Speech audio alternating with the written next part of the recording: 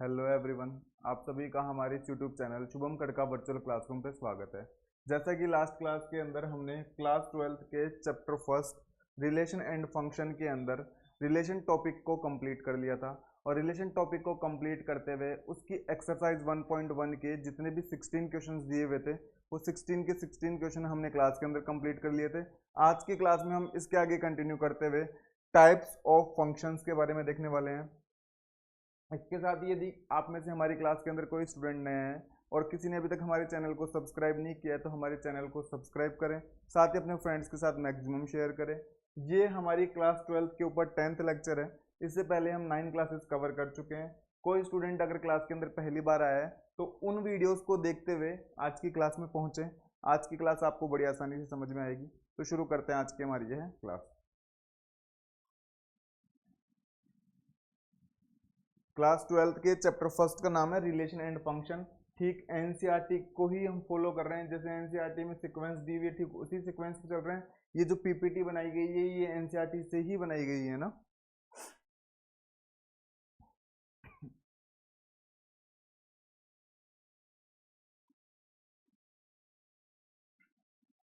ये आपका chapter first है रिलेशन एंड फंक्शन।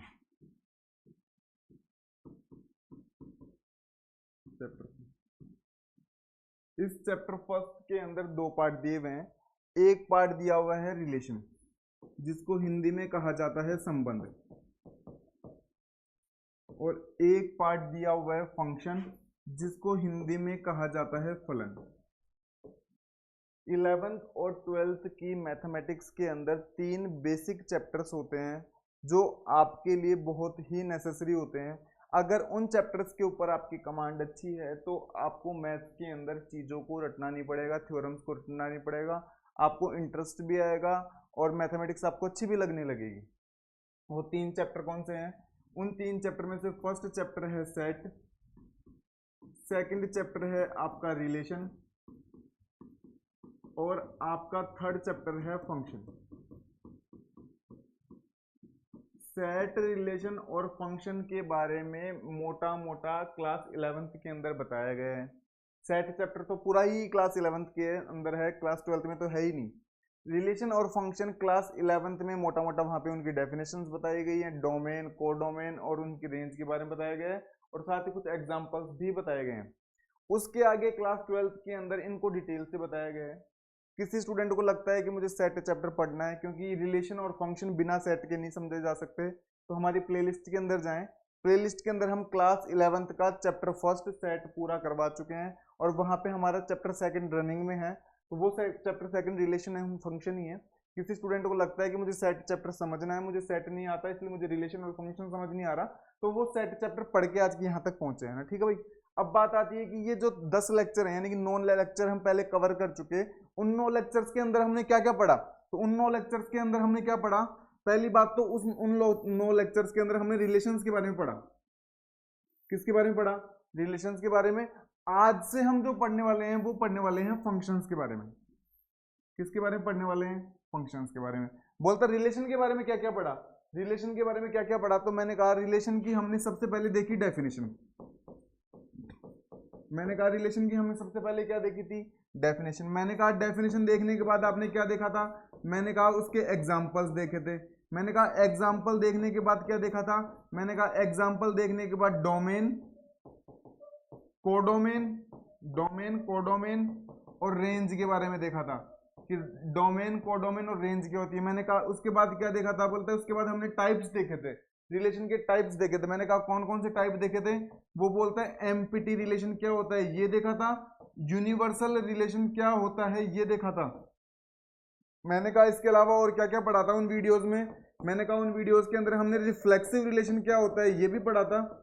मैंने कहा और क्या पढ़ा? वो बोलता है कि इसके अलावा मैंने सिमेट्रिक रिलेशन के बारे में पढ़ा। इसके अलावा मैंने ट्रांजिटिव रिलेशन के बारे में पढ़ा। ट्रांजिटिव रिलेशन क्या होता है? और ट्रांजिटिव रिलेशन के बाद मैंने इक्विवेलेंस रिलेशन के बारे में पढ़ा। कौन से रिलेशन के बारे में पढ़ा? इक्विवेलेंस रिलेशन के बारे में। मैंने कहा क्या इतना ही पढ़ा गया? बोले इतना पढ़ने के साथ साथ मैंने एक्सरसाइज 1.1 भी कवर कर ली। एक्सरसाइज 1.1 के अंदर टोटल 16 क्वेश्चंस दिए हुए थे और हमने क्लास के अंदर 16 के 16 क्वेश्चंस कवर कर लिए। तो भाई देख लो 9 क्लासेस के अंदर हम लगभग रिलेशन को पूरा कंप्लीट कर चुके हैं।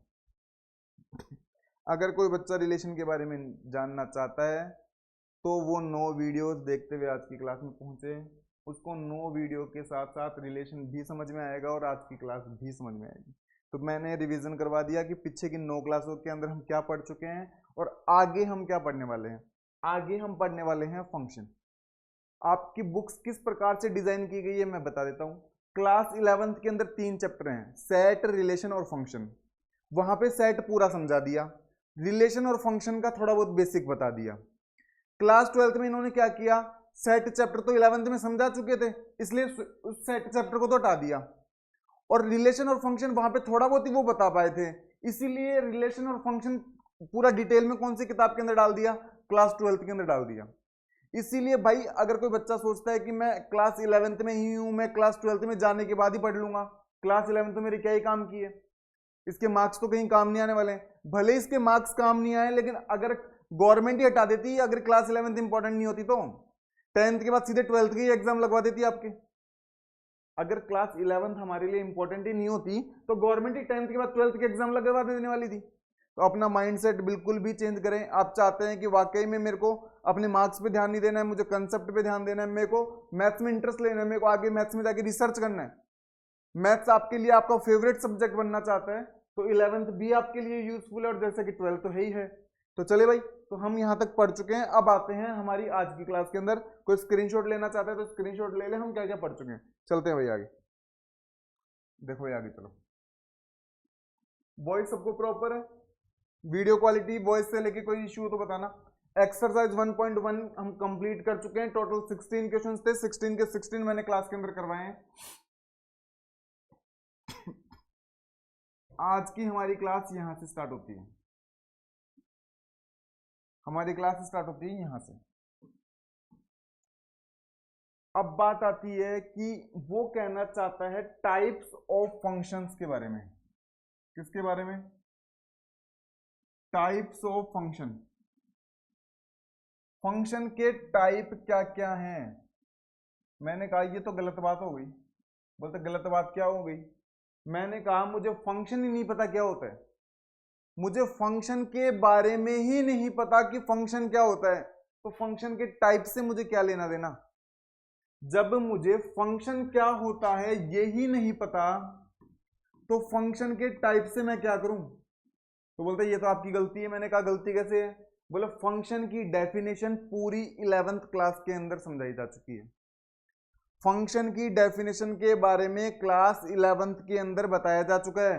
देख लो, वो बोलता है the notion of a function, function के साथ साथ identity function, constant function, polynomial function, rational function, modulus function, signum function और उनके graphs have been given in class 11th।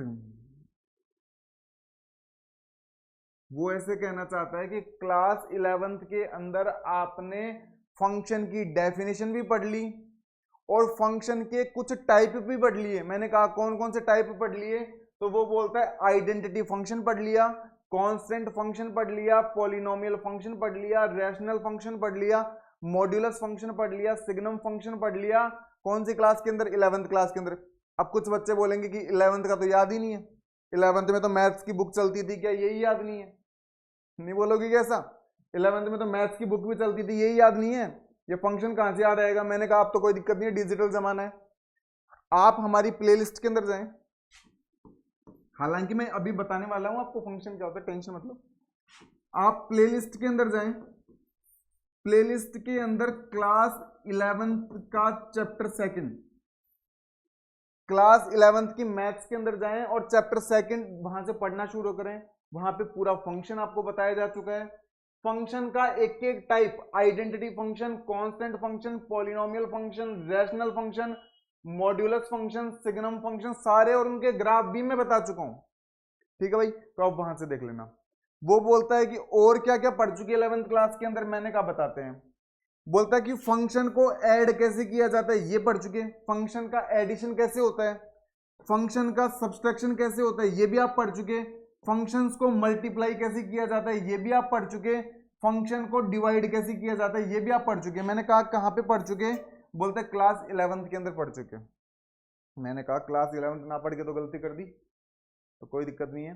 तो पहले तो मैं आपको समझाने वाला हूं कि फंक्शन क्या होता है, फिर हम टाइप्स देखेंगे। मैंने कहा फिर क्लास 12th में क्या पढ़ोगे, तो बोलते हैं क्लास 12th के अंदर और भी टाइप है, डिफरेंट टाइप ऑफ फंक्शंस।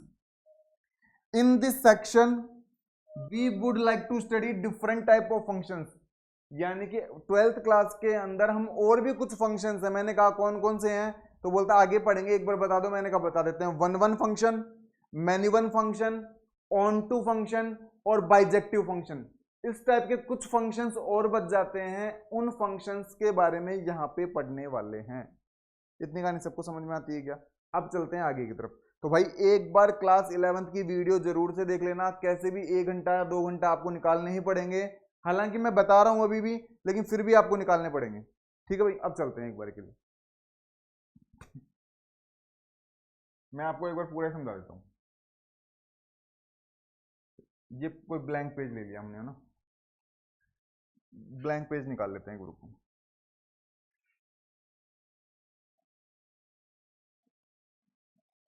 एक बार मैं आपको बता देता हूँ।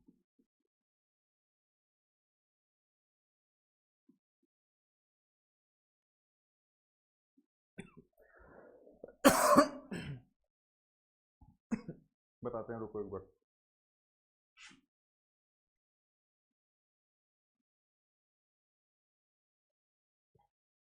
फंक्शन क्या होता है मैं एक बार बता देता हूँ पूरा ना।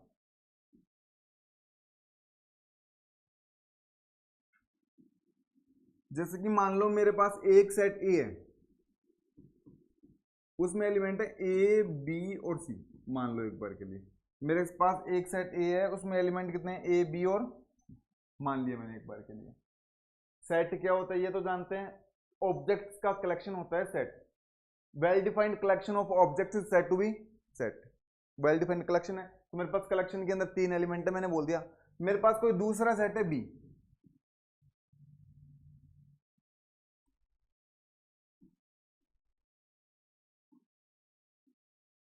मेरे पास कोई दूसरा सेट है बी, और उसके अंदर मैंने मान लिया मेरे पास 1 और 2 एलिमेंट है।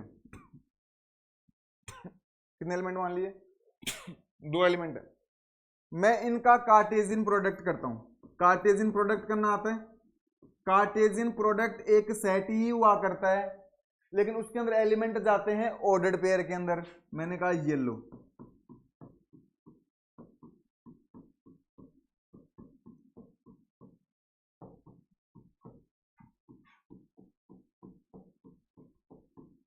मैंने कहा ये कार्टेशियन प्रोडक्ट कर दिया। बोलता है फिर मुझे थोड़ी सी कहानी याद आई। मैंने कहा क्या कहानी याद आई, कि मुझे ये कहानी याद आई कि जो रिलेशन हुआ करता है ना, रिलेशन वो सबसेट होता है किसका, ए कार्टेशियन प्रोडक्ट बी का। ये रिलेशन की डेफिनेशन है कि जो रिलेशन होता है वो सबसेट होता है किसका, ए कार्टेशियन प्रोडक्ट बी का। मैंने कहा ठीक है। तो बोलता है इसके अंदर कितने एलिमेंट है, 1 2 3 4 5 6। तो इसके टोटल सबसेट बनेंगे कितने, 2 की पावर 6। इतने सबसेट बनेंगे। मैंने कहा जितने सबसेट बनेंगे उतने ही रिलेशन बनेंगे। मैंने कहा बहुत सारे रिलेशन हो गए। तो बोलते हैं 1 2 बना के दिखा दो, इतना मत बनाओ। मैंने कहा मैं 2 3 रिलेशन बना के दिखा देता हूं। एक रिलेशन को मैंने R1 बोल दिया, A1 A2। क्या ये सबसेट है क्या? मैंने कहा इसके सारे के सारे एलिमेंट इसके अंदर बिलोंग कर रहे हैं, मतलब ये सबसेट है। और ये सबसेट है मतलब ये रिलेशन है। एक रिलेशन मैंने ये बना दिया, A1 A2 C1 C2। बोलते ये भी रिलेशन है कि मैंने क्या, इसके सारे के सारे एलिमेंट इस सेट के अंदर बिलोंग कर रहे हैं, मतलब ये सबसेट है। और ये सबसेट है मतलब ये रिलेशन है। मैंने कहा एक और रिलेशन बना देते हैं। बोलते बना दो, एक और बना दो। मैंने कहा A1 A1 ठीक है, B2 A1 B2 और C2। ठीक है, ये 3 रिलेशन बना दिए। बोलते रिलेशन पढ़ाना चाहते हो या फंक्शन पढ़ाना चाहते हो? मैंने कहा फंक्शन पढ़ाना चाहते हैं। बोलते फंक्शन पढ़ाना चाहते हो तो बार बार रिलेशन क्यों पढ़ा रहे हो? मैंने कहा एक इसके पीछे एक कॉन्सेप्ट है, बोलते क्या कॉन्सेप्ट है, मैंने कहा कॉन्सेप्ट ये है, जब फंक्शन पढ़ाना है तो बार बार रिलेशन की बात क्यों कर रहे हो, मैंने कहा इसलिए कर रहे हैं क्योंकि जो फंक्शन होता है ना, जो फंक्शन होता है वो स्पेशल टाइप ऑफ रिलेशन होता है। फंक्शन स्पेशल टाइप ऑफ क्या होता है, रिलेशन। यानी कि जो रिलेशन होता है वो ही फंक्शन बनता है, लेकिन सारे रिलेशन फंक्शन नहीं बनते। कुछ रिलेशन होते हैं जो एक प्रॉपर्टी को फॉलो करते हैं, अगर उस प्रॉपर्टी को फॉलो करेंगे तो वो रिलेशन फंक्शन बन जाएंगे, अदरवाइज फंक्शन नहीं बनेंगे। जैसे कि मान लो अपन घर पे सब्जी बनाते हैं तो सब्जी डेली बनती है, लेकिन पनीर की सब्जी तो कभी कभी बनती है ना। लेकिन पनीर की सब्जी सब्जी तो है। क्या पनीर की सब्जी एक सब्जी है क्या? बिल्कुल। क्या सभी सब्जी पनीर की सब्जी है क्या? नहीं। तो सभी रिलेशन फंक्शन नहीं होते, लेकिन जो फंक्शन होता है ना वो जरूर से रिलेशन होता है। समझ गए क्या कहानी? मतलब अगर सब्जियों में कुछ स्पेशल बना दिया जाए तो वो पनीर की सब्जी बन जाती है। तो अगर रिलेशंस के अंदर कोई स्पेशल प्रॉपर्टी अगर और जोड़ दी जाए तो वो स्पेशल प्रॉपर्टी से जो रिलेशन होता है ना वो फंक्शन बन जाता है। मैंने कहा वो स्पेशल प्रॉपर्टी बताओ, इन तीन में से एक रिलेशन फंक्शन बनेगा। मैंने कहा कि कौन सा रिलेशन फंक्शन बनेगा? मैंने कहा वो रिलेशन फंक्शन बनेगा जो एक स्पेशल प्रॉपर्टी को क्या करेगा, फॉलो। मैंने कहा वो स्पेशल प्रॉपर्टी क्या है? तो बोलते स्पेशल प्रॉपर्टी लिख के बता देता हूं। Every element of the set A have unique image in the set B.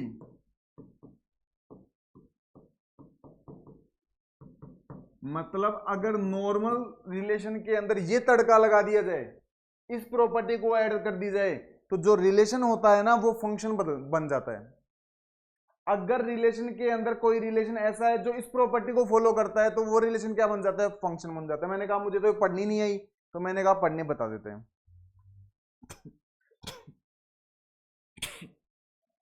वो ऐसे कहना चाहता है every element of the set A, relation के अंदर सेट ए के सारे एलिमेंट आने चाहिए। मैंने कहा सेट ए में 3 एलिमेंट है, ए बी सी। क्या इस रिलेशन के अंदर ए बी सी तीनों एलिमेंट आ रहे हैं? क्या ए आ रहा है? ए आ रहा है। क्या बी और सी आ रहे हैं? क्या नहीं आ रहे? तो ये किसी भी हालत में फंक्शन नहीं बन सकता। मैंने कहा इसमें चेक करते हैं, इसमें ए आ रहा है, इसमें ए आ रहा है, सी आ रहा है, सी आ रहा है, कहीं बी आ रहा है क्या? मैंने कहा बी नहीं आ रहा। बी नहीं आ रहा तो किसी भी हालत में ये फंक्शन नहीं बन सकता। तो बोलते इसको चेक करो। मैंने कहा इसमें ए भी आ रहा है, इसमें बी भी आ रहा है, इसमें सी भी आ रहा है, तो क्या ये फंक्शन बन जाएगा क्या? मैंने कहा अभी सब्र करो, क्योंकि अभी तक हमने यहीं तक पढ़ा है। बोलते आगे क्या लिख दी महाभारत? मैंने कहा बताते हैं, have unique image in the set B. Set A के सारे एलिमेंट की सेट बी के अंदर यूनिक इमेज होनी चाहिए। मैंने कहा ये यूनिक इमेज क्या होती है? तो वो ऐसे बोलता है कि मान लो, जैसे कि मान लो ये ए सेट है हमारा और ये हमारा बी सेट है। फंक्शन और जब रिलेशन पढ़ते हैं ना तो सेट को इस प्रकार से बना देते हैं। तो इसके अंदर कितने एलिमेंट हैं? A B C. वैसे तो सेट को हमेशा करली ब्रैकेट के अंदर ही लिखा जाता है, लेकिन जब रिलेशन और फंक्शन पढ़ते हैं तो सेट को इस प्रकार से लिख देते हैं। एक एलिमेंट का पेयर जा रहा है ए के साथ, बी जा रहा है किसके साथ? 2 के साथ, और सी जा रहा है किसके साथ? 2 के साथ। एक एलिमेंट का एक उत्तर आ रहा है। अगर ऐसा होता, मान लो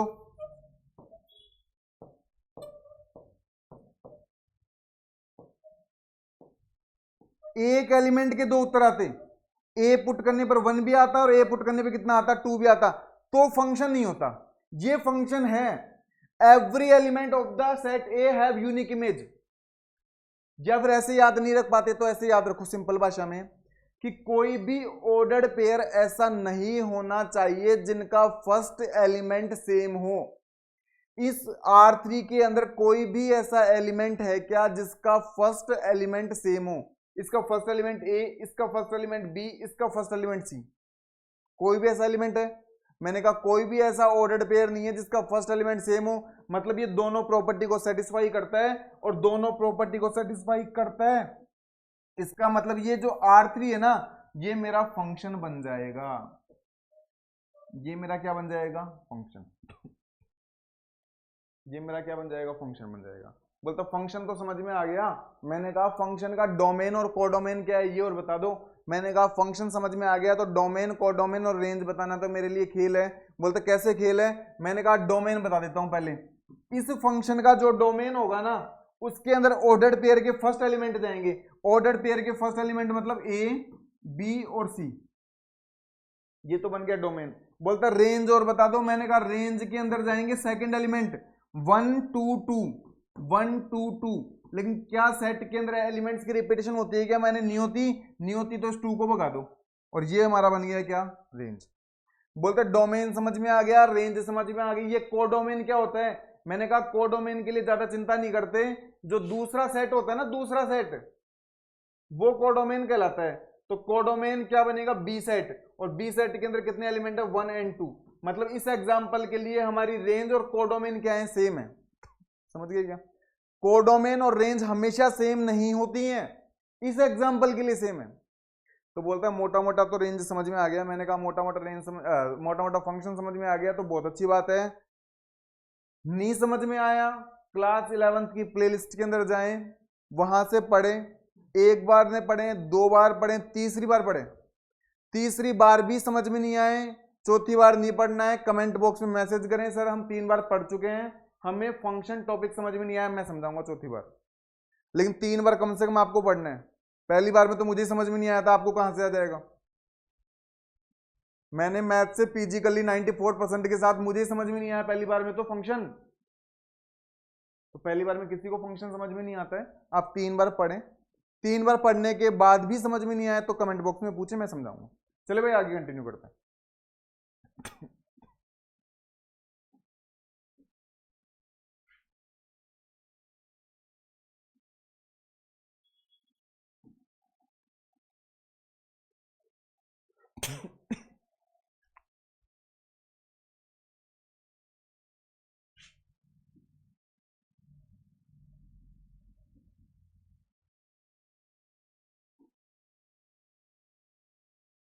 तो हम यहाँ पे थे, मैं आपको थोड़ा बहुत फंक्शन के बारे में बता चुका हूं, थोड़ा बहुत फंक्शन की डेफिनेशन बता चुका हूं, इसका डोमेन, कोडोमेन और रेंज बता चुका हूं। अब आते हैं इसके टाइप्स के ऊपर। इसके कुछ टाइप तो 11th क्लास के अंदर पढ़ चुके हैं। मैंने कहा कौन कौन से पढ़ चुके, रेशनल फंक्शन पढ़ चुके, पॉलिनोमियल फंक्शन पढ़ चुके, कांस्टेंट फंक्शन पढ़ चुके, आइडेंटिटी फंक्शन पढ़ चुके, मॉड्यूलस फंक्शन पढ़ चुके, सिग्नम फंक्शन पढ़ चुके और उनके क्या देख चुके, ग्राफ। अगर कहीं पे 12th क्लास में इनकी यहाँ पे जरूरत पड़ेगी तो मैं फिर से बताऊंगा, नहीं तो अगर आपको नॉलेज के लिए ही जानना है तो क्लास 11 से पढ़ लेना भैया ना। अब चलते हैं आगे की तरफ।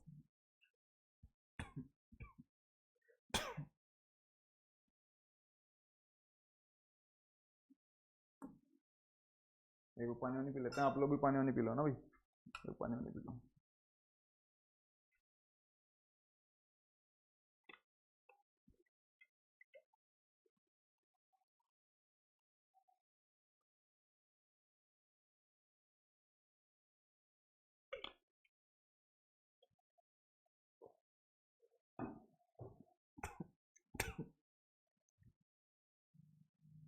बोलता है अब आप क्या पढ़ाओगे, मैंने कहा अब टाइप्स ऑफ फंक्शन पढ़ाएंगे, टाइप्स ऑफ फंक्शन। फंक्शन के कुछ टाइप्स पढ़ने वाले हैं। मैंने कहा फंक्शन के कौन कौन से टाइप पढ़ोगे, मैंने कहा एक फंक्शन का टाइप पढ़ेंगे 1 1 फंक्शन। कौन सा फंक्शन पढ़ेंगे, 1 1। मैंने कहा और कौन सा टाइप पढ़ोगे, एक फंक्शन पढ़ेंगे मैनी वन फंक्शन। कौन सा टाइप पढ़ोगे, मैनी वन फंक्शन। मैंने कहा और कौन सा पढ़ोगे, एक फंक्शन पढ़ेंगे ऑन टू फंक्शन। कौन सा फंक्शन पढ़ोगे, ऑन टू फंक्शन। मैंने कहा और कौन सा पढ़ोगे, बोलता है और पढ़ेंगे बाइजेक्टिव फंक्शन। कौन सा फंक्शन, बाइजेक्टिव फंक्शन। इन 4 फंक्शंस के बारे में आज की क्लास के अंदर हम पढ़ने वाले हैं। ये तो रहा आपका 1 1 फंक्शन की डेफिनेशन। इसको चाहे 1 1 फंक्शन बोल लो चाहे इंजेक्टिव फंक्शन बोल लो, एक ही बात है। इसको चाहे वन वन फंक्शन बोल लो चाहे इंजेक्टिव फंक्शन बोल लो, एक ही बात है। एक हम पढ़ेंगे मैनी वन फंक्शन के बारे में, one one function, many one function.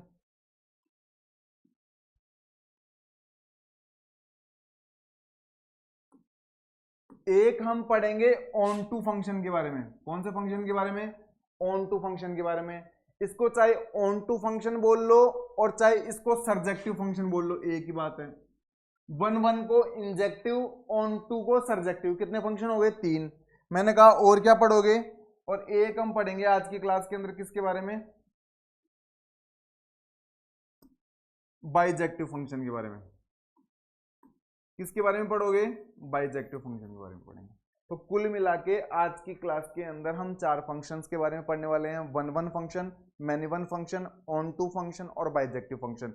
One one function को इंजेक्टिव फंक्शन कहा जाता है, मैनी वन फंक्शन को मैनी वन फंक्शन ही कहा जाता है, ऑन टू फंक्शन को सर्जेक्टिव फंक्शन कहा जाता है, और एक फंक्शन है बाइजेक्टिव फंक्शन। बोलता है ठीक है, मुझे कहानी समझ में आ गई, अब चलते हैं आगे की तरफ। इन चारों फंक्शंस की डेफिनेशन आपकी एनसीईआरटी के अंदर दी हुई है। मैं आपको डेफिनेशन समझाऊंगा, लेकिन पहले आपको एग्जाम्पल से समझाने की कोशिश करूंगा। एग्जाम्पल से समझाने के बाद डेफिनेशन समझाऊंगा। अब इधर देखो, एग्जाम्पल से कैसे समझाओगे।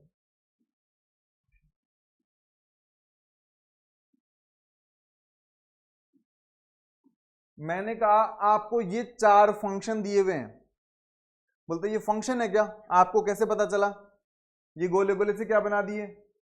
मुझे तो समझ ही नहीं आया। मैंने कहा मुझे कैसे पता चला? मुझे एक तो इसलिए पता चला क्योंकि यहाँ पे F1 लिखा हुआ है, मतलब पहला फंक्शन। यहाँ पे F2 लिखा हुआ है, मतलब दूसरा फंक्शन। यहाँ पे F3 लिखा हुआ है, मतलब तीसरा फंक्शन। और यहाँ पे F4 लिखा हुआ है, मतलब चौथा फंक्शन। मतलब है तो फंक्शन ही है। तो बोलते गोले गोले से क्या बना दिए? फंक्शन की डेफिनेशन तो आपने बताई नहीं थी ऐसे गोले गोले से।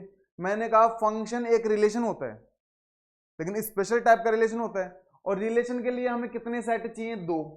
एक सेट ए चाहिए, एक सेट बी। तो बोलते सेट चाहिए, तो ये गोले गोले से क्या बना दिए? मैंने कहा सेट को वैसे तो करली ब्रैकेट के अंदर लिखते हैं, लेकिन जब रिलेशन और फंक्शन पढ़ते हैं तो उसको इस प्रकार से लिख दिया जाता है। मतलब ये ए सेट है और ये कौन सा सेट है? बी। ए सेट के अंदर कौन कौन से एलिमेंट हैं? 1 2 3 4। बी सेट के अंदर कौन कौन से एलिमेंट हैं? A B C D E और एफ। ये सेट ही हैं ये गोले गोले से। बस फंक्शन और रिलेशन पढ़ते हैं तो अच्छे से समझ में आ जाए, इसीलिए इनको इस प्रकार से लिख दिया जाता है। अदरवाइज ये सेट ही हैं। बोलते थोड़ी बहुत तो कहानी समझ में आने लगी कि बोलते फंक्शन रिलेशन होता है और रिलेशन के लिए हमें 2 सेट चाहिए होते हैं, 2 सेट है, बस समझाने के लिए थोड़े गोले गोले से बना दिए। मैंने कहा बिल्कुल बना दिए। तो बोलते ये फंक्शन कैसे हुए, मुझे ये तो बताओ। मैंने कहा फंक्शन की अभी आपको डेफिनेशन बताई थी। प्रत्येक सेट ए के प्रत्येक एलिमेंट का सेट बी के अंदर इमेज होनी चाहिए। क्या सेट ए का ऐसा कोई भी एलिमेंट नजर आ रहा है क्या जो उधर के तीर से जुड़ा हुआ नहीं हो? इधर 4 एलिमेंट है, चारों तीर से जुड़े हुए हैं, देख लो। इधर 4 एलिमेंट है, चारों तीर से जुड़े हुए हैं। इसमें भी 4 एलिमेंट है, चारों तीर से जुड़े हुए हैं। इसमें भी 4 एलिमेंट है, चारों तीर से जुड़े हुए हैं इस तरफ। इसका मतलब ये फंक्शन तो है। अगर मान लो ऐसा होता यहां पे कोई एक 5 एलिमेंट और होता और वो तीर से उधर जुड़ा हुआ नहीं रहता, मान लो एक बार के लिए, तो ये फंक्शन नहीं होता, क्योंकि एवरी एलिमेंट की उधर क्या नहीं मिलती? इमेज नहीं मिलती। अगर मान लो यहां पे ऐसा होता 5 और 6, तो भी ये फंक्शन नहीं होता, क्योंकि इन दोनों की उधर क्या नहीं मिल रही? इमेज। चाहे सेट बी का कोई एलिमेंट छूट जाए उससे कोई फर्क नहीं पड़ता, चाहे सेट बी के एलिमेंट तीर से जुड़े हुए मत हो। देख लो, इसका ई और एफ तीर से जुड़ा हुआ नहीं है, इसका ई और एफ तीर से जुड़ा हुआ नहीं है, तो सेट बी के एलिमेंट तीर से जुड़े हुए नहीं है, उससे फर्क नहीं पड़ता। लेकिन सेट ए के सारे एलिमेंट उधर जुड़े हुए होने चाहिए। अगर तीर से जुड़ा हुआ नहीं होता तो इसको फंक्शन नहीं बोलते, इसको फिर क्या बोलते? रिलेशन बोलते। इसको फिर क्या बोलते? रिलेशन। इसको भी फिर क्या बोलते? रिलेशन बोलते। समझ गए क्या कहानी? इसका मतलब ये चारों फंक्शन तो हैं।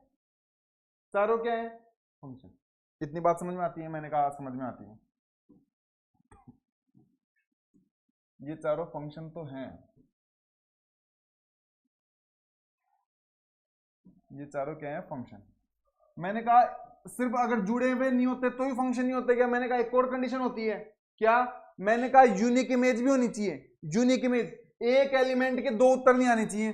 जैसे कि 4 है ना, एक ई से जुड़ा हुआ है, अगर 4 एफ से भी जुड़ा हुआ होता, 4 ई से भी जुड़ा हुआ होता, और 4 मतलब 4 तो सी से भी जुड़ा हुआ होता, और 4 किससे जुड़ा हुआ होता, एफ से भी।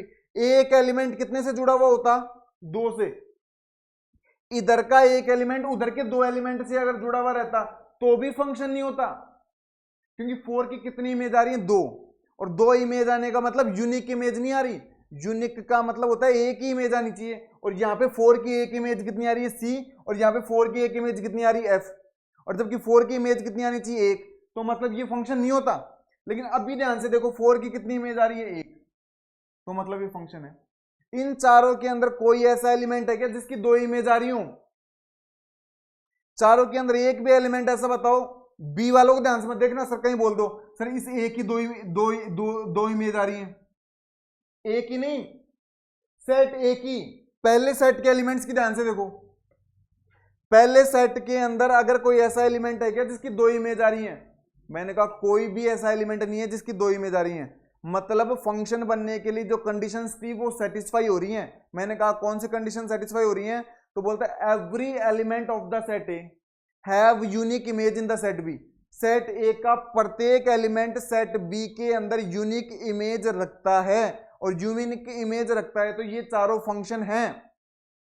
अब मैं इतना तो बता चुका कि ये चारों फंक्शन क्यों हैं। आपकी क्लास किताब के अंदर ये नहीं बताया हुआ है कि ये फंक्शन क्यों है। ये तो 11th क्लास के अंदर उसने बता दिया था कि ये फंक्शन क्यों है। वो तो ये पूछना चाहता है कि इनमें से वन वन कौन सा है, मैनी वन कौन सा है, ऑन टू कौन सा है, और बाइजेक्टिव कौन सा है। वो तो ये पूछना ही नहीं चाहता, फंक्शन है नहीं है। ये तो मैंने अपने मन से बता दिया ताकि आपका रिवीजन हो जाए। वो तो सिर्फ इतना पूछना चाहता है कि इनमें से कौन सा तो वन वन है, इनमें से कौन सा तो वन वन है, इनमें से कौन सा मैनी वन है, इनमें से कौन सा ऑन टू है, और इनमें से कौन सा बाइजेक्टिव है। वो तो ये पूछना चाहता है। बस मैंने अपने मन से बता दिया कि ये फंक्शंस क्यों हैं और रिलेशन क्यों नहीं है। मतलब रिलेशन ही फंक्शन होता है, तो फंक्शन क्यों है। समझ गए क्या कहानी? अब बात आती है वन वन की। वो फंक्शन वन वन फंक्शन कहलाता है जिसमें एक एलिमेंट की इधर एक इमेज है, एक एलिमेंट सिर्फ एक से जुड़ा हुआ रहे। इसमें एक जुड़ा हुआ है किससे, ए से, 2 किससे जुड़ा हुआ है, बी से, 3 किससे जुड़ा हुआ है, डी से, 4 किससे जुड़ा हुआ है, सी से। एक एलिमेंट कितने से जुड़ा हुआ है, एक से। तो मतलब ये हमारा वन वन है, ये हमारा क्या है, वन वन, ये हमारा क्या है, वन वन। इधर ध्यान से देखो, इसमें एक जुड़ा हुआ है किससे, बी से, 2 जुड़ा हुआ है किससे, बी से। गड़बड़ हो गई यहां पे। क्या ये फंक्शन नहीं है क्या? मैंने कहा फंक्शन तो है। कहीं को सोचो कि 2 बी से जुड़े हुए हैं, इधर का एक उधर के 2 से जुड़ा हुआ नहीं होना चाहिए। ये फंक्शन तो है क्योंकि, लेकिन ये वन वन नहीं है। ये फंक्शन तो है क्योंकि इधर के 2 एलिमेंट की उधर कितनी इमेज आ रही है, एक इमेज। तो ये फंक्शन तो है, लेकिन ये वन वन फंक्शन नहीं है। ये फंक्शन कौन सा है, मैनी वन। ये फंक्शन कौन सा है, मैनी वन। ये फंक्शन तो है, कहीं सोचो ये फंक्शन ही नहीं है। ये फंक्शन है, लेकिन ये फंक्शन कौन सा है, मैनी वन फंक्शन है। बोलते समझ में आ गई कहानी? मैंने कहा इसको ध्यान से देखो, ये एक से जुड़ा हुआ, ये इधर एक से जुड़ा हुआ, ये भी एक से जुड़ा हुआ, और ये भी एक से जुड़ा हुआ। बताओ भाई कौन सा? मैंने कहा सिंपल सी बात है, वन वन है, सिंपल सी बात है। बोलता है इसका और चेक करो। मैंने कहा ये ए से जुड़ा हुआ, 2 भी किससे जुड़ा हुआ, ए से। आगे से मतलब नहीं है, अगर कोई भी 2 एक से जुड़े हुए हैं मतलब ये कौन सा है, मैनी वन। ये कौन सा हो गया, मैनी वन। तो अब मेरे को एक बात बताओ, सबसे पहले तो आप ये पहचान लोगे क्या कि कौन सा रिलेशन फंक्शन है या नहीं है। अगर मैं आपको 2 सेट दे दूं, उनसे मान लो 4-5 रिलेशन बना के दे दूं, तो आप ये पहचान पाओगे क्या उन 4-5 में से कौन सा रिलेशन फंक्शन होगा या नहीं होगा? इतना पहचान लोगे। इतना पहचानने के बाद आप ये पहचान पाओगे क्या वो फंक्शन है वो वन वन होगा या मैनी वन होगा? पहचान पाओगे क्या? पहचान पाओगे। तो 1 1 के लिए तो एक एलिमेंट 1 से जुड़ा हुआ रहेगा और मैनी 1 के लिए 2 एलिमेंट कितने से जुड़े हुए रहेंगे, 1 से। तो 1 1 समझ में आ गया, मैंने कहा मैनी 1 समझ में आ गया। अभी डेफिनेशन देखना बाकी है, लेकिन मोटा मोटा तो 1 1 और मैनी 1 समझ में आ गया। मैंने कहा मोटा मोटा समझ में आ गया तो कोई दिक्कत नहीं, अब तो बचा ही नहीं खेल। बोलते ऑन टू क्या होता है, मैंने ये और बता दो। मैंने कहा ऑन टू बता देते हैं। मैंने कहा आप इन चारों फंक्शंस को ध्यान से देखो। इन चारों फंक्शंस के अंदर कुछ फंक्शंस ऐसे हैं जिनमें सेट बी के सारे एलिमेंट भी तीर से जुड़े हुए हैं। सेट बी के सारे एलिमेंट भी तीर से जुड़े हुए हैं। इसके तो ये दोनों तीर से नहीं जुड़े हुए, मतलब ये ऑन टू नहीं है। इसके अंदर भी ये तीर से नहीं जुड़े हुए, मतलब ये भी ऑन टू नहीं है। इसके अंदर 3 एलिमेंट तीनों तीर से जुड़े हुए हैं। इसके अंदर 4 एलिमेंट चारों तीर से जुड़े हुए हैं, मतलब ये फंक्शन भी मैनी 1 है और साथ साथ कौन सा है, ऑन टू भी है। मैनी 1 है और कौन सा है, ऑन टू। ये फंक्शन 1 1 है और कौन सा है, ऑन टू है। और ये दोनों फंक्शन ऑन टू फंक्शन नहीं है, क्योंकि सेट बी के सारे एलिमेंट उधर जुड़े हुए नहीं है। इसको मैथमेटिक्स में अलग तरीके से बोलते हैं, वो कैसे बोलते हैं मैं डेफिनेशन के अंदर बताऊंगा। पेपर के अंदर ऐसे नहीं लिख के आना है ऑन टू के डेफिनेशन के अंदर कि सेट बी के एलिमेंट उधर जुड़े हुए नहीं है इसलिए ऑन टू नहीं है, सेट बी के एलिमेंट उधर जुड़े हुए नहीं है, ऐसे नहीं लिख के आना है। डेफिनेशन के अंदर ऐसे लिखेंगे, every element of the set B does not have pre image in the set B, in the set A. इनको इनके एलिमेंट्स की इमेज कहा जाता है। क्या कहा जाता है, इमेज। और इनको इनके एलिमेंट्स की प्री इमेज कहा जाता है। क्या कहा जाता है, प्री इमेज। एक होता है इमेज, एक होता है प्री इमेज। ये क्लास 11th के अंदर बताया जा चुका है। इमेज किसको बोलते हैं, प्री इमेज किसको बोलते हैं। तो अगर ऐसे बोलेंगे, every element of the set B does not have pre image in the set A, then this set is does not be onto function, then this function is not onto function. तो ये function कैसा function नहीं होगा, on to. कहानी समझ में आती है, मैंने कहा कहानी समझ में आती है, एक बार दोबारा बता दो। मैंने कहा दोबारा बता देते हैं। सबसे पहले तो अगर एक एलिमेंट एक से जुड़ा हुआ है तो सिंपल सी बात है 1 1 फंक्शन। 2 एलिमेंट एक से जुड़े हुए हैं, मैनी 1 फंक्शन। 1 1 मैनी 1 की कहानी खत्म। मैंने कहा 1 1 मैनी 1 की कहानी खत्म। ऑन टू की कहानी क्या बोलती है कि सेट बी के सारे एलिमेंट उधर जुड़े हुए होने चाहिए। बोलते सेट बी को ही क्यों, बोलते सेट ए को ले लेते। मैंने कहा ए के अगर सारे एलिमेंट इधर जुड़े हुए नहीं होंगे तो फंक्शन ही नहीं बनेगा। भाई फंक्शन बनने के लिए ए के सारे एलिमेंट इधर जुड़े हुए होने चाहिए। अगर ऐसा नहीं होता है तो फंक्शन ही नहीं बनता है। बात तो सेट बी की है। अगर सेट बी के सारे एलिमेंट भी इधर जुड़े हुए हैं तो वो फंक्शन फिर ऑन टू फंक्शन कहलाता है। क्या कहलाता है, ऑन टू फंक्शन। समझ पा रहे हो क्या। भाई रोबोट को देखते हो और अपन ह्यूमन बींग्स को देखते हैं तो वो भी अपनी तरह ही दिखते हैं ना, फिर डिफरेंस क्या है। हम में बुद्धि है, उनमें बुद्धि नहीं है। इंटेलिजेंस है हमें, उनमें इंटेलिजेंस नहीं है। ये मशीन आप देखते हो, हम लोगों में इमोशंस है, उनमें क्या नहीं है। सॉरी, इंटेलिजेंस तो हम लोगों में इमोशंस है, उनमें क्या नहीं है, इमोशंस नहीं है। तो फंक्शंस तो ये सारे हैं। अब कुछ फंक्शंस ऑन टू फंक्शन हो जाएंगे जो स्पेशल प्रॉपर्टी को क्या करेंगे, फॉलो, और कुछ फंक्शन ऑन टू फंक्शन नहीं होंगे। तो ये चारों फंक्शन तो हैं, बस ये दोनों ऑन टू फंक्शन हो गए। अब जैसे मान लो मैं, आपका नाम राहुल है, मेरा नाम शुभम है। अब मेरे नाम के आगे मैं डॉक्टर लगाने लग गया और आप अपने नाम के आगे डॉक्टर नहीं लगाते। तो मैं मेरे नाम के आगे डॉक्टर कब लगाऊंगा, जब मैं पीएचडी कर लूंगा। और आप लोग अपने नाम के आगे डॉक्टर नहीं लगा सकते क्योंकि आपने पीएचडी नहीं की। तो मेरी एक स्पेशल प्रॉपर्टी हो गई कि मैंने पीएचडी कर रखी है, तो मैंने अपने नाम के आगे क्या लगा दिया, डॉक्टर। तो ये सारे फंक्शन तो हैं, लेकिन इसने अपने नाम के आगे ऑन टू फंक्शन लगा लिया क्योंकि ये पीएचडी कर रखा है।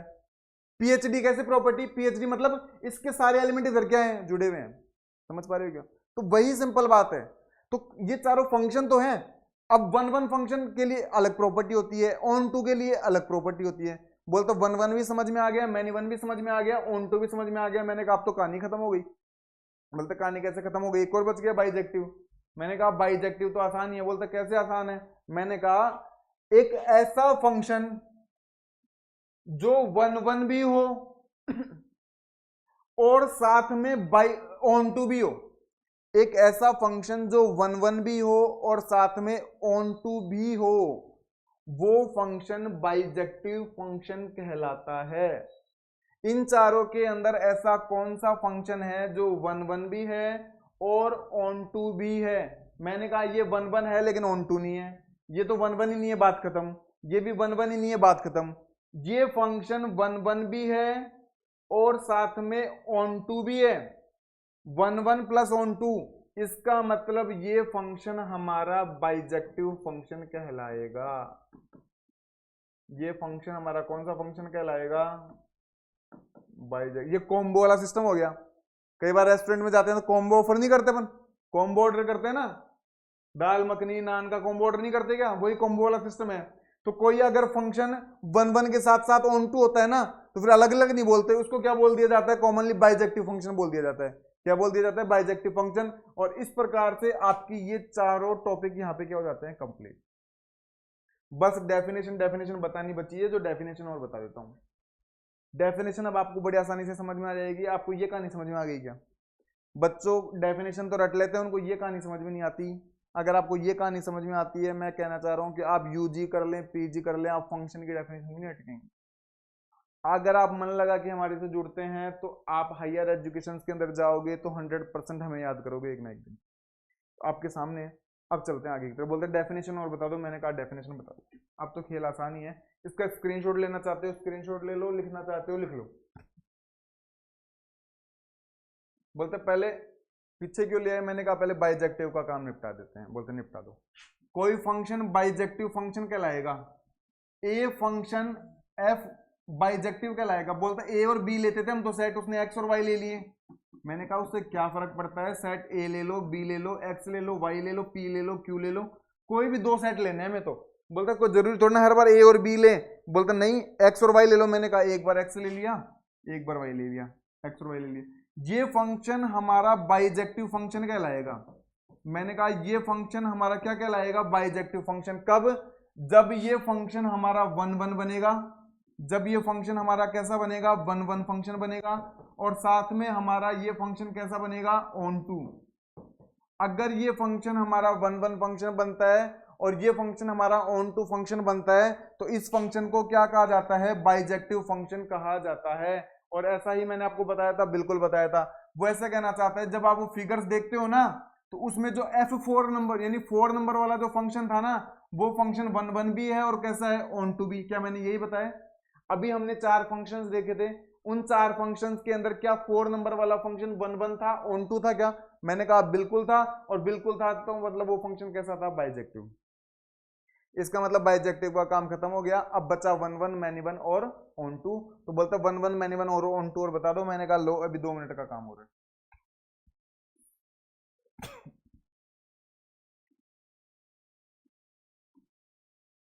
बोलता है कि आपके पास कोई फंक्शन है जो x से y पे डिफाइन है। मैंने कहा 2 सेट चाहिए, कोई दिक्कत नहीं है।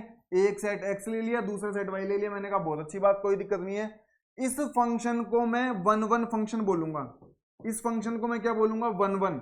या फिर इस फंक्शन को मैं इंजेक्टिव फंक्शन बोलूंगा। क्या बोलूंगा? इंजेक्टिव। बोलते एक शर्त पे बोलूंगा। मैंने कहा वो शर्त बताओ। मैन तो वो शर्त है। मैन तो क्या है? शर्त। बोलते शर्त क्या है? If the images of distinct elements of x under f are distinct। बोलता मुझे कहानी समझ में नहीं आई। मैंने कहा वापस बता देता हूं। ये मेरा x सेट, ये मेरा y सेट। इसके अंदर मैंने मान लिया a b c 3 एलिमेंट हैं। इसके अंदर मैंने मान लिया 3 एलिमेंट है 1 2 3। ये इससे कनेक्टेड है, ये इससे कनेक्टेड है, ये इससे कनेक्टेड है। इधर वाले एलिमेंट्स को इन एलिमेंट्स की इमेज कहा जाता है। पहली बात तो यानी 1 2 3 या फिर 1 ए की इमेज कहलाएगा, 2 बी की इमेज कहलाएगा, 3 सी की इमेज कहलाएगा। ए 1 की प्री इमेज कहलाएगा, बी 2 की प्री इमेज कहलाएगा, सी 3 की प्री इमेज कहलाएगा। वो ऐसे कहना चाहता है इन एलिमेंट्स की इधर जो इमेज है ना वो अलग अलग होनी चाहिए। तो ए की इमेज 1 आ रही है, अलग आ रही है। बी की इमेज 2 आ रही है, अलग आ रही है। क्या बी की इमेज भी 1 आ रही है? नहीं, मैंने कहा अलग अलग आ रही है। सी की इमेज कितनी आ रही है? 3। अलग अलग इमेज आ रही है तीनों की। If the image of distinct element, अलग अलग एलिमेंट्स की इमेज ऑफ एक्स, एक्स के अलग अलग एलिमेंट की इमेज एफ के अंदर अलग अलग आनी चाहिए। डिस्टिंक्ट का मतलब होता है अलग अलग आनी चाहिए। एक्स के प्रत्येक एलिमेंट की इमेज अलग अलग आनी चाहिए और आपके सामने इमेज अलग अलग आ रही है, तो ऐसे फंक्शन को वन वन फंक्शन कहा जाता है। बोलता कहानी समझ में आ गई? मैंने कहा आ गई तो बहुत अच्छी बात। बोलते मैनी वन क्या हो? मैनी वन और बता दो। मैंने कहा मैनी वन की सिंपल सी कहानी है, जो वन वन नहीं होगा वो क्या होगा? Many one. जो फंक्शन वन वन नहीं होगा वो मैनी वन ही होगा। दो ही चीज होती है, एक वन वन होता है और एक मैनी वन होता है। जो फंक्शन वन वन नहीं है वो क्या है? मैनी वन है। मैंने कहा एक बार बना के बता दो। मैंने कहा बार बार बना के बताएं क्या? तो बता दो एक बार लास्ट। मैंने कहा ये लो कोई दिक्कत नहीं, आपके कहने पर बना।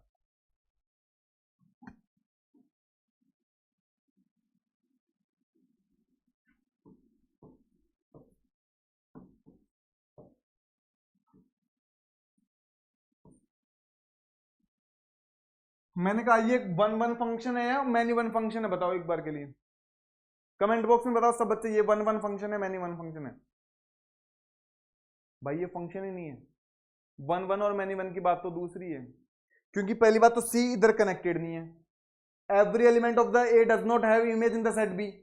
सेट ए के सारे एलिमेंट उधर कनेक्टेड नहीं है। दूसरी बात, एक एलिमेंट दो से कनेक्टेड है, मतलब दोनों को सेटिस्फाई नहीं कर रहा, ये फंक्शन ही नहीं है। तो वन वन और मैनी वन कहां से होंगे? कोई आपको बोले कि आपको रोटी रोटी ला के दे दी, ये पनीर की सब्जी है या फिर आलू की सब्जी है? अरे भाई ये सब्जी नहीं है, पनीर की और आलू की तो बाद की बात है, ये सब्जी नहीं है। ये सब्जी होती तो बताते ये तो रोटी है।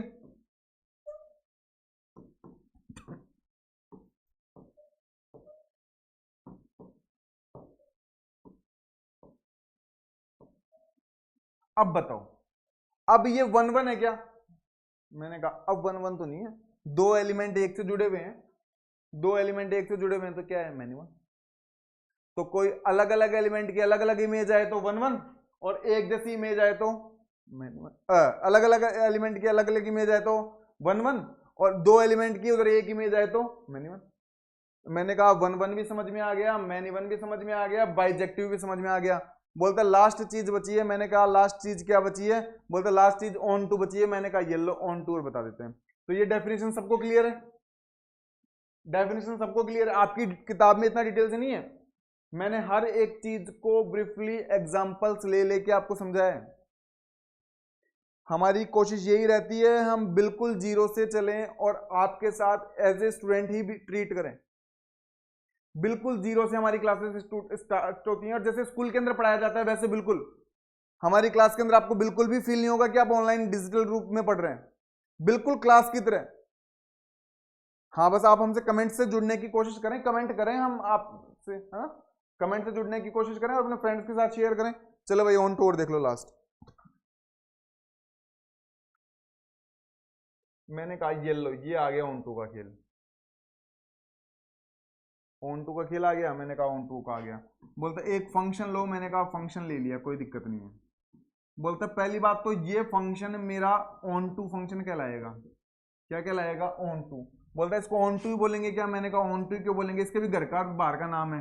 मैंने कहा घर का नाम क्या है? बोलता घर का नाम तो ऑन टू है। स्कूल का नाम क्या है? मैंने कहा स्कूल का सब्जेक्टिव है। इसके भी दो नाम है, एक ऑन टू और एक सब्जेक्टिव। इसको चाहे ऑन टू बोल लो चाहे सब्जेक्टिव बोल लो, उसको वन वन बोल लो चाहे इंजेक्टिव बोल लो, बात एक ही है। मैंने कहा कहानी समझ में आ गई? डेफिनेशन बताओ आगे की बात। ये तो कोई भी बता दे। मैंने कहा कोई दिक्कत नहीं है। बोलते इसकी डेफिनेशन ये रही। वैसे तो मैं आपको समझा चुका, सेट बी के सारे एलिमेंट उधर जुड़े हुए होने चाहिए, लेकिन मैथमेटिक्स में कैसे लिखेंगे?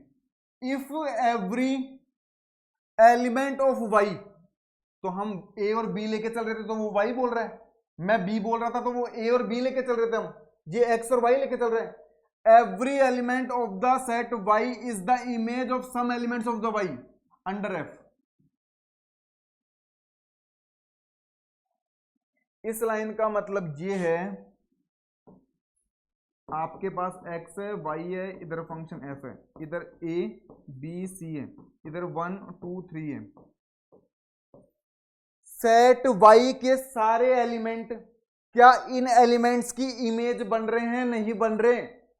Every, if every element of y 1 2 3 every element of Y is the image, image होने चाहिए कौन से एलिमेंट की, एक्स के एलिमेंट की, some elements of X, Y के सारे एलिमेंट इमेज बनने चाहिए एक्स के एलिमेंट्स की।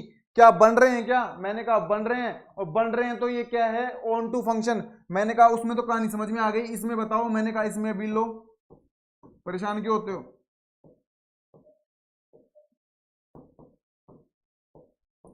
क्या ये ऑन टू है क्या y के सारे एलिमेंट इन एलिमेंट्स की इमेज बन रहे हैं क्या। मैंने कहा 1 तो इमेज बन रहा है, 2 भी इमेज बन रहा है, 3 इमेज नहीं बन रहा। 3 किसकी इमेज है, 3 बताना, बोल 3 तो किसी की भी इमेज नहीं है। मैंने कहा 3 इमेज नहीं है तो ये ऑन टू नहीं है, और इसके सारे के सारे एलिमेंट इनके सारे के सारे एलिमेंट्स की इमेज बन रहे हैं। Every element of set y image बननी चाहिए, y के सारे एलिमेंट इमेज बनने चाहिए, किसकी इमेज बनने चाहिए, x के एलिमेंट। मतलब कुल मिला के हिंदी में बोल तो y के एलिमेंट इधर तीर से जुड़े हुए होने चाहिए, सिंपल सी कहानी है। अगर y का एक भी एलिमेंट उधर तीर से जुड़ा हुआ नहीं है तो वो ऑन टू नहीं है। अगर सारे के सारे एलिमेंट उधर तीर से जुड़े हुए हैं मतलब ऑन टू है। बोलते मजे तो आ गए, मैंने कहा मजे आ गए तो बहुत अच्छी बात। बोलते एक चीज और लास्ट बता दो, मैंने कहा ये लास्ट एक चीज बता देता हूं, ये रिमार्क,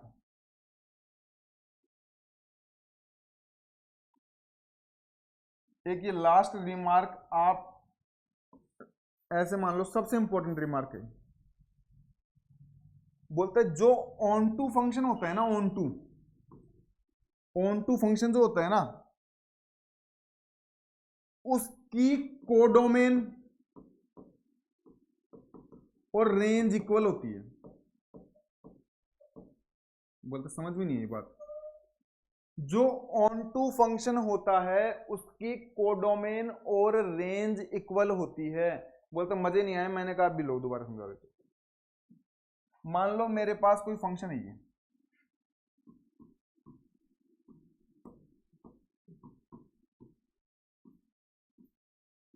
क्या ये फंक्शन ऑन टू है क्या, मैंने कहा ऑन टू है, ठीक है।